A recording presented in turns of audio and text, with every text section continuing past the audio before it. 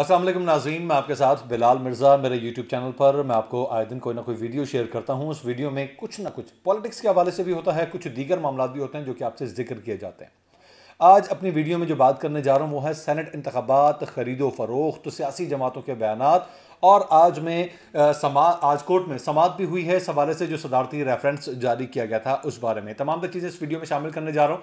लेकिन उससे पहले आपसे गुजारिश करूँगा, अगर अभी तक आपने इस चैनल को सब्सक्राइब नहीं किया तो सब्सक्राइब कीजिए। बिलाल मिर्ज़ा ऑफिशियल के नाम से चैनल है। सब्सक्रिप्शन के साथ ही आपको गुजारिश करूँगा जो बेल आइकन का बटन है उसे भी दबाइएगा ताकि आपको नोटिफिकेशन भी बाकायदा तौर पर मौसूल हो सके। वीडियो की जाने पड़ते हैं। सबसे पहले आपको बताऊं कि हैं कवाकिब कुछ, नजर आते हैं कुछ, बज़ाहिर हमें कुछ दिख रहा है, अंदर कहानी कुछ और है। अंदर की कहानी के हवाले से अगर बात की जाए तो सेनेट इलेक्शन का शोर शराबा है। आए दिन कोई ना कोई खबर सामने आ रही होती है सेनेट इलेक्शन के हवाले से। खरीदो फरोख्त की बातें भी चल रही होती हैं कि सेनेट में वोट खरीदे जाते हैं, बेचे जाते हैं, इस तरह के मामला भी सामने आते हैं। इस वक्त सेनेट इंतखाबात में क्या हो रहा है, सबसे पहले बात करते हैं आज जो समाअत हुई उसकी। समाअत हुई जिसमें चीफ जस्टिस पाकिस्तान जो मोहतरम जस्टिस गुलजार अहमद साहब हैं, उन्होंने अपने चंद अल्फाज में एक चीज़ वाज़े की है कि अफसोस है कि पाकिस्तान पीपल्स पार्टी और Pakistan Muslim league Noon charter of democracy जो उनका मुआहदा था जमहूरियत का, उससे मुकर गए हैं। क्या था वो मुआहदा, उसके बारे में बताता हूं आपको, और साथ ही भी बताता हूं कि आज कोर्ट के अंदर मामलात क्या रहे। तो पाकिस्तान के चीफ जस्टिस गुलजार अहमद ने सेनेट इंतखाबात के हवाले से आज सदारती रेफरेंस की समाअत की। गोगे इसकी समाअत कल भी होनी है, आज के बारे में आपको बताऊं। समाअत की तो उस दौरान उन्होंने रिमार्क्स दिए कि अफसोस है पाकिस्तान पीपल्स पार्टी और मुस्लिम लीग नून ने अपने ही मुआहदे चार्टर ऑफ डेमोक्रेसी से मुंह मोड़ लिया है, मतलब फिर गए हैं। पहले कहा करते थे कि इंतखाबात क्लियर शफाफ होने चाहिए और ओपन बैलेटिंग के जरिए होने चाहिए, इनको किसी भी तरीके से खुफिया ना रखा जाए सेनेट के इंतखाबात को, ताकि जो है वो तमाम तर मामला सामने आए कि इस पार्टी का कौन सा रुकन किस जमात को वोट दे रहा है, और अगर दे रहा है तो अपनी पार्टी को क्यों नहीं दे रहा, किसी दूसरी पार्टी को क्यों दे रहा है, क्या वो बिक गया, क्या उसे खरीद लिया गया, या कोई और मामला हैं, या फिर उसकी पार्टी से कुछ इख्तलाफात हैं, चीज़ें वाजे हो सकें।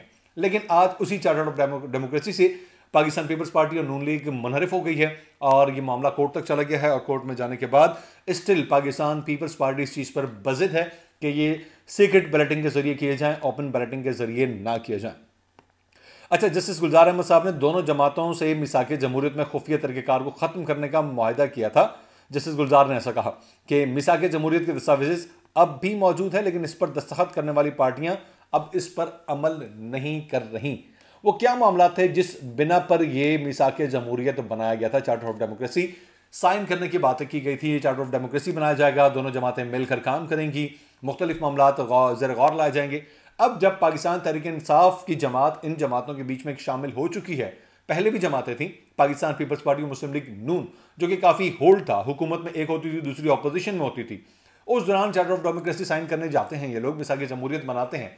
लेकिन अब जब पाकिस्तान तहरीक इंसाफ का भी इसमें कहीं ना कहीं होल्ड आ जाता है, हुकूमत मिल जाती है पाकिस्तान तहरीक इंसाफ को, तो वो मिसाक जमहूरियत भुला दिया जाता है और कहते हैं कि सीक्रेट बैलेटिंग के जरिए ये इंतखाबात कराए जाएं। इसकी वजह क्या है? क्या अपने अरकान पर भरोसा नहीं? क्या वोट बिकने या खरीदने का डर है? क्या दूसरी जमातों के लोगों को खरीदना चाहते हैं, या कोई और वजूहात हैं? जो भी वजूहात हैं वो क्लियर करना बहुत ज़्यादा ज़रूरी है। ठीक है, इसमें मैं आपको एक चीज़ बताता चलूँ कि आज मुख्तलिफ बयानात भी सामने आए। कोर्ट की तो मैं आपको बात बता रहा था, उन बयानात की बात करूँगा जो कि खास बिलावल का एक बयान है, उस हवाले से मैं जिक्र करूँगा, लेकिन पहले इस चीज़ को कंप्लीट मैं कर रहा हूँ। चीफ जस्टिस ने आज अपने रिमार्क्स में भी कहा कि ओपन बैलेटिंग से हॉर्स ट्रेडिंग खत्म होगी या नहीं, इस बारे में कुछ नहीं कहा जा सकता। वोट आपके सामने आ गया, ठीक है, ओपन बैलेटिंग अगर हो जाती है, ओपन बैलेटिंग में वोट सामने आया, पता चल गया वोट किसने किसको कास्ट किया, लाइक किसी पीपल्स पार्टी के रुकन ने पाकिस्तान तहरीक इंसाफ या पाकिस्तान मुस्लिम लीग नून को वोट कास्ट कर दिया, वो चीज़ सामने आ गई, पता चल गया भाई ये पीपल्स पार्टी के इस बंदे ने अपनी जमात को वोट नहीं दिया बल्कि मुस्लिम लीग नून या पाकिस्तान तहरीक इंसाफ को दे दिया। उसकी वजूहात क्या है, इस बात पर बहस चलेगी। बहस कैसे चलेगी? वजूहात ये हैं कि इसको अपनी पार्टी से कोई इख्तलाफात थे, या अपनी पार्टी के अलावा फला बंदा जिसको इसने वोट दिया जो पाकिस्तान तहरीक इंसाफ से ताल्लुक़ रखता था, वो इस बंदे के साथ कोई उसके ज़ाती मरासिम थे या कोई और मामला थे, या फिर उस बंदे को खरीद लिया गया, इसने उसने पाकिस्तान पीपल्स पार्टी के बजाय पाकिस्तान मुस्लिम लीग नून या पाकिस्तान तहरीक इंसाफ को वोट दिया। तीनों मामला आ जाएंगे, लेकिन ये क्लियर नहीं हो पाएगा कि पैसे लेकर वोट दिए या बिना पैसे के लिए। इसी चीज़ पर आज कोर्ट में बहस भी चली और बड़ी डिटेल तक इस पर बहस होती रही अटॉर्नी जनरल और जस्टिस गुलजार अहमद के दौरान। सुल्तान तालिबुद्दीन साहब के बारे में कहा जाता है कि ये उन्होंने जब इस चीज़ पर बहस शुरू की, जो कि सिंध के एडवोकेट जनरल हैं सुल्तान तालिबुद्दीन साहब, सदारती रेफरेंस पर दलाइल देने के लिए जब रोस्टम पर उन्हें बुलाया गया तो उनके क्या अल्फाज हैं, उन्होंने अपने दलाइल का आगाज इस फिक्रे से किया कि इस सदारती रेफरेंस में उठाया गया सवाल ही गैर मुनासिब है। उन्होंने कहा कि यह मुकम्मल सियासी मामला है और अदालत इससे परे रहे, ये उन्होंने अपने बयान में कहा। सुल्तान तालिबुद्दीन के जजेस को इस तजवीज़ पर कि अदालत खुद को सियासत से बालातर रखे, चीफ जस्टिस ने भी बड़े क्लियर जवाब दिए, जिसमें उन्होंने अपने रिमार्क्स में कहा कि आइन में खुद सियासी कवानीन मौजूद हैं और आइन बजाते खुद भी एक सियासी दस्तावेज है। वो कोई माज़अल्लाह कोई सहीफा नहीं है, कोई आसमानी किताब नहीं है, बल्कि वो सियासी दस्तावेज है। वाज़ेह किया उन्होंने, तो उसमें रद्द-ओ-बदल वक्त के हिसाब से किया जा सकता है और इस वक्त की ये ज़रूरत है कि शफाफियत पर जब डाउट आ रहा है कि सेनेट इंतखाबात में शफाफियत नहीं है, उसे ओपन बैलेटिंग के जरिए किया जाए, इसमें क्या हर्ज है।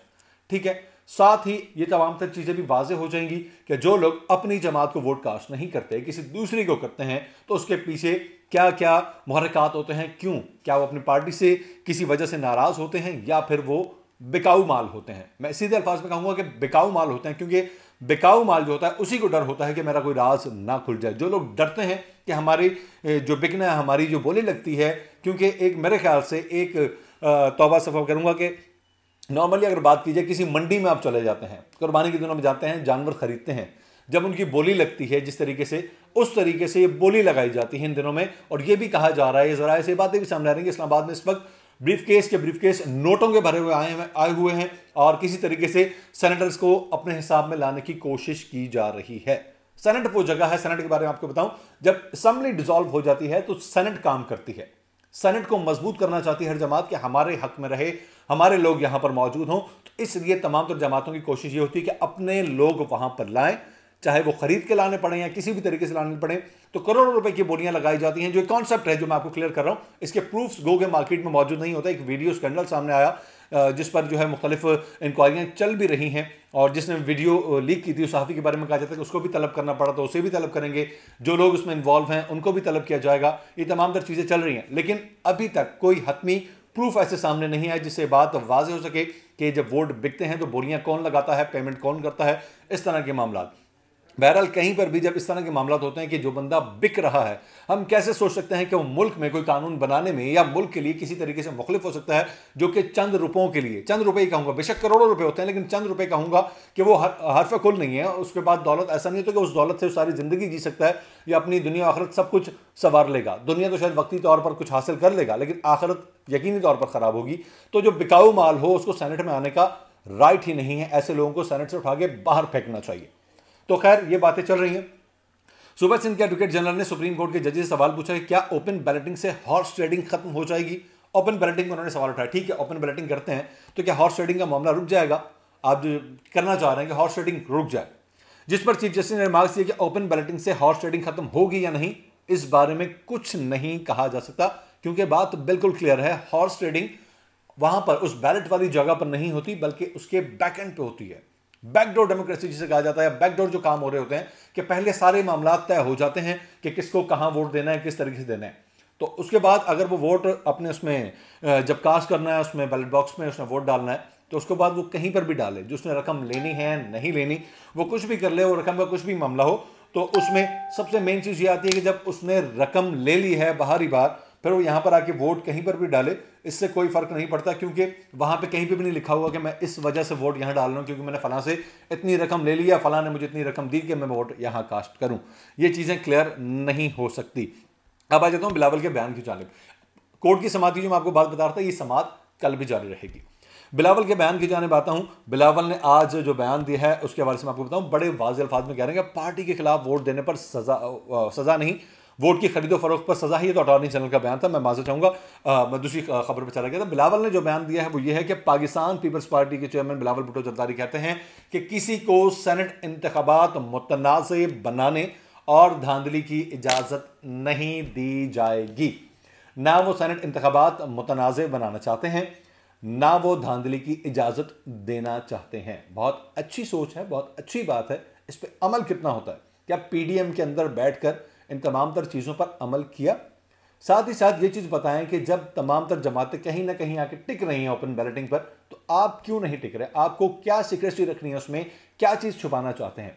वोट को इज्जत दो की बात करें तो वोट के तकद्दुस की बात यहां पर आई थी कि वोट का तकद्दुस ये है कि उसे सीक्रेट रखा जाए। लेकिन जहां पर बात ही शफाफियत पर आ रही है कि शफाफ है ही नहीं इंतखाबात, तो फिर वहां पर ओपन बैलेटिंग होनी चाहिए। रेज ऑफ हैंड हो सकते हैं, ओपन बैलेटिंग हो सकती है, पता चल सकता है कि कौन किसको वोट दे रहा है। फिर जो जिसको वोट दे रहा है उसकी इंक्वायरी की जा सकती है, पार्टी बेस पर भी की जा सकती है, और इलेक्शन कमीशन भी कर सकता है कि अपनी पार्टी के साथ आप क्यों नहीं चल रहे, क्या वजूहात हैं। तो चीजें ट्रेस करना थोड़ा आसान हो जाता है।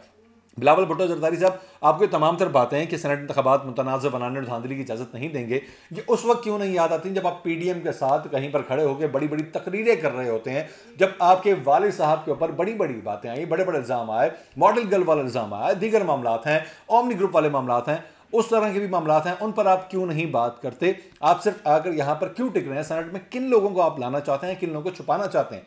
इसी तरीके से नून लीग के लिए भी ये बात करूंगा और दीगर जमातों के लिए भी यही बात करूंगा। ये मामलात चल रहे हैं।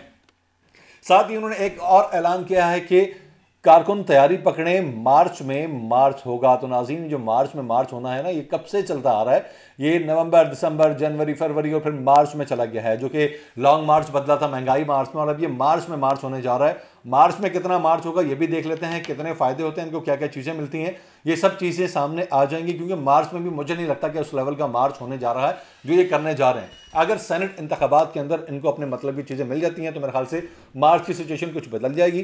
फिर वो मार्च मेरे ख्याल से 2022 का मार्च भी हो सकता है और किसी और सीजन का भी हो सकता है। लेकिन बहरहाल ये बातें चल रही हैं, और मे भी कि फजल रहमान साहब को अगर सेनेट में कोई सीट मिल जाती है, क्योंकि कहा यह जा रहा है कि पीडीएम के तमाम जमातें जो हैं, तमाम को सेनेट में एक एक सीट दी जाएगी, एक एक टिकट दी जाएगी। अगर फजल रहमान साहब को कहीं ना कहीं सीट मिल जाती है तो फिर पीडीएम कहाँ खड़ी है? क्या पीडीएम इसी पावर के साथ आगे बढ़ेगी जिसके वो दावे करती है? क्योंकि बढ़ती दिखी नहीं है हमें, उस तरीके से बढ़ी नहीं है। बहरहाल डिस्कशन बहुत लंबी है, इस वीडियो में इतना ही। अगली वीडियो में मैं आपको बताऊंगा, एक बड़ा बयान सामने आया जिससे वाज़ेह हो रहा है कि क्या पाकिस्तान तहरीक-ए-इंसाफ भी वोट खरीदने की तैयारी में सरगर्दा है, क्यों जहांगीर तरीन से राब्ता किया गया है, ये मैं आपको अगली वीडियो में बताऊंगा।